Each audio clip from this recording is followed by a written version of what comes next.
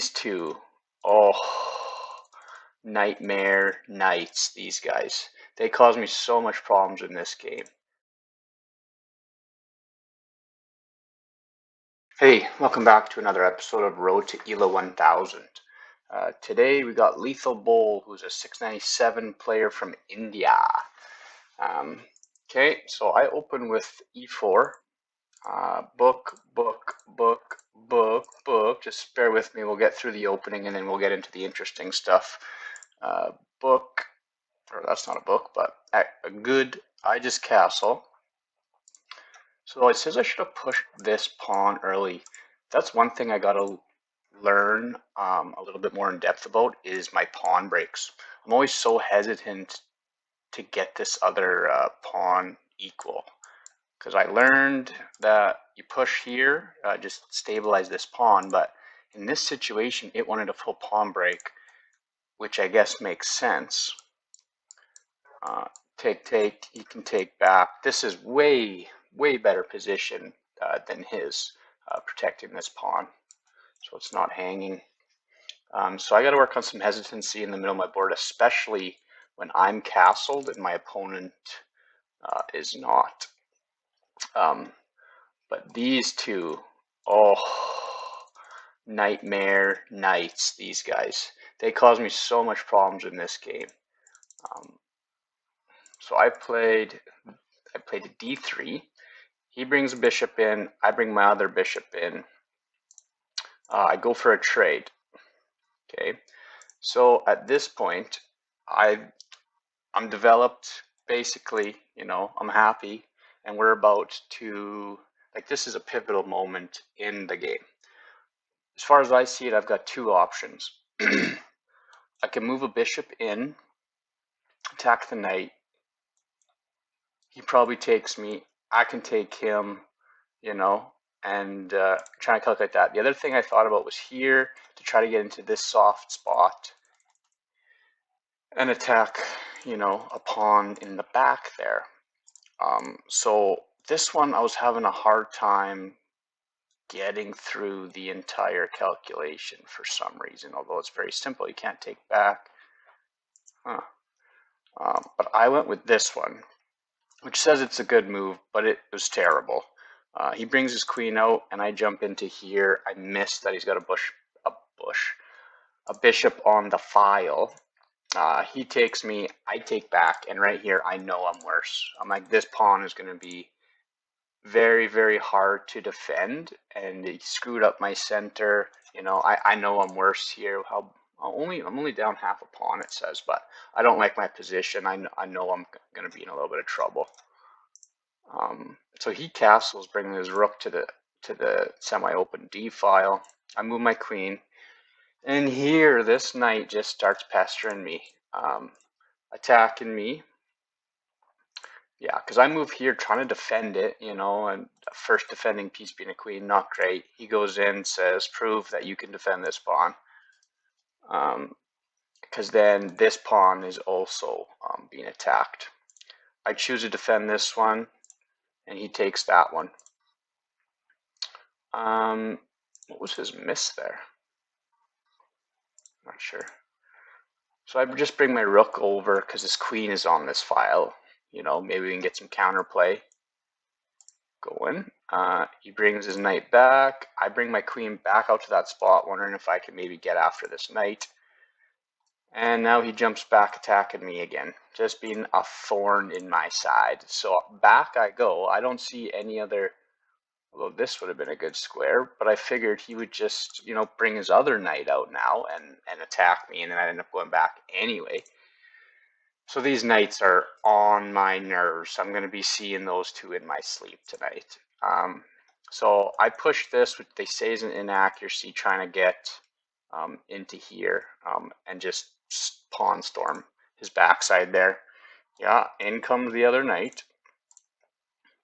I moved this to try to stop his knight from coming in. Computer didn't. Oh, they thought it was a good move. Okay, tension, which, oh, I'm just missing things here. Okay, so he pushes down, attacking my bishop back, and now he takes and I take. I lose a pawn in that exchange. Like, what am I doing? Like, that's crazy. Find a way to get that so he doesn't bring his queen in. So his queen jumps into my position now, winning another pawn. So now I'm down 2 pawns. Not great. So I move. Why did I go there? Oh, to defend this knight. So I put my queen up to defend the knight. I guess I could have brought the knight back, offered a trade. Yeah, that would have been better. So he goes in, he's attacking all these pieces. I'm saying, well, everybody's safe, no problem. Oh, squirrel. There's a hanging pawn here. Why don't we just go ahead and take it? Yeah. Hanging my rook, and at this point, I'm pretty tilted. I'm down 5.8. I don't know that, but I know I'm way worse. So he takes my rook with check. I get my king out of there, and here comes the knight pestering my my rook, and I come back, just pestering the queen. He jumps back in that position. I get my bishop out of there. I should have just taken that piece. I didn't see that this was hanging, but I went here. Now he defends this pawn. I go up attacking the pony. Does he take another pawn there? He takes a pawn, and now he's defended. I can't take this guy back at all because I'm only defending with my queen. So here I am just tilted to the max.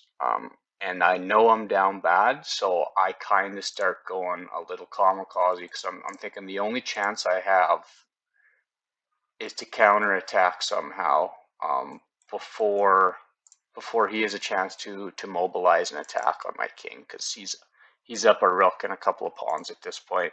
So I sacrifice my knight in order to get a little bit of counterplay. Don't know if that's good or not, but I didn't know what else to do, so I do that. So now I'm thinking, hey, you know, maybe I got some chances here. Mr. Knight comes in here, that just defends so good, being protected by his pawn.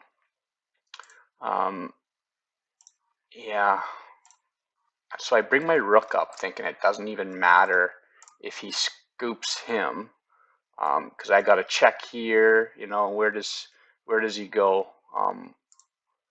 You know, bringing him into the fight. So bishop goes down now, and I go up with a check, and I'm like, come on, we got to be something close. He attacks my rook. Rook comes back. Pony comes in, attacking this pawn. I just move up because I see that if I can. So he takes the pawn. I go up with a check. King comes down. I get a rook back at least. And I got my queen and my rook here chasing his king around in the middle. So he takes another pawn, and I'm just ignoring it. I'm like, I gotta try to checkmate him before he gets it at my king. So king down, and it's just, oh man, these pawns everywhere I could go that I would have, you know, a good look. He's got these stranded pawns just doing work, actually. They say I should have taken the pawn, but I didn't like that. I figured I would just keep checking, maybe get him out somewhere. So I come down, like, I am as close to his king as I can be. Okay, back, here I'm wondering if maybe he'll let me get a perpetual on him, get a draw. But he jumps this darn knight in here, and I'm really low on time here. And at this point, what do I do? No, I flag here. I don't know why there's moves after, but I timed out. But there was just nothing I could do. His ponies defended so well. I was angry at this pony right here. If I had a way, or my other pony, a way to kick him, you know, easy win. If he's not here, easy win. So these knights just pestered me the entire game. Not great. Didn't love it. Going over the review, It says I played 74 accurate. Some best moves, excellence, goods, lots of inaccuracies, 2 mistakes. Not great. It says I played like an 850. But that's like, where is that spot? This is why chess is so wild to me. There, at this point in the game, there's a fork in the road. Either I make the right play, which I was thinking about, or I do the wrong one and lose the game. I'm not saying I would have won this way, but the chances of winning would have been higher. And that's what I like about chess. Like every decision matters, and it drastically changes how the game's played. And I like that. That's what I like about chess. So, anyways, I'll be seeing you two in my nightmares tonight. And thanks for coming for a watch and a visit. And if you made it this far, don't forget to leave a like on that video. And thanks again. We'll see you later.